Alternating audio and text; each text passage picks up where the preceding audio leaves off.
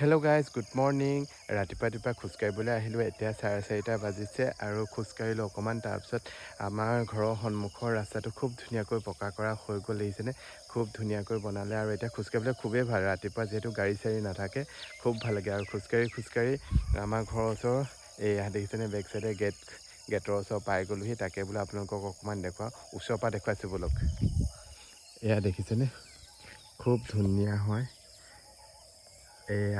এয়া কুশল কোঁৱৰ দেখিছেনে, কুশল কোঁৱৰ আছে আৰু এইপিনে অশোক স্তম্ভৰ ওপৰত জাতীয় পতাকা।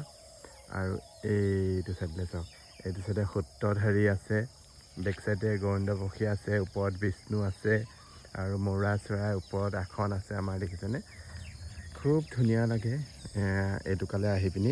আৰু এতিয়া যিহেতু কালাৰ চালাৰ কৰি দিয়া হৈছে আৰু ধুনীয়া হৈছে আৰু সেউজীয়া পৰিৱেশৰ মাজত এয়া খুব ধুনীয়া। এইপিনে দিছেনে গৰুড় পক্ষীটো খুব ধুনীয়াকৈ আছে।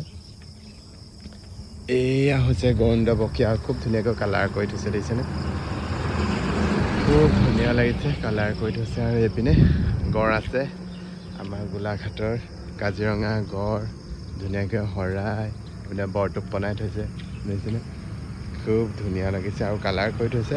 ভাবিলোঁ আপোনালোককো অকণমান দেখুৱাই দিওঁ। ওপৰ পিনে দিছে, কেনেকুৱা লাগিলে জনাব। আমাৰ গেটৰ ওচৰতে ঘৰ আৰু গোলাঘাটৰ এখন ৱেলকাম গেট বুলিয়ে কয়, প্ৰায় ৱেলকাম গেটৰ সন্মুখতে আমাৰ ওচৰতে ঘৰ। আৰু খুব ধুনীয়া লাগে পৰিৱেশটো আহিলে। তাকে আজি আপোনালোকক অকণমান দেখুৱালোঁ, আগতেও দিছোঁ ভিডিঅ'। আজি ধুনীয়াকৈ কালাৰ কৰাৰ পিছত আকৌ দেখুৱাইছোঁ। আজিলৈ আহিছোঁ, বাই বাই।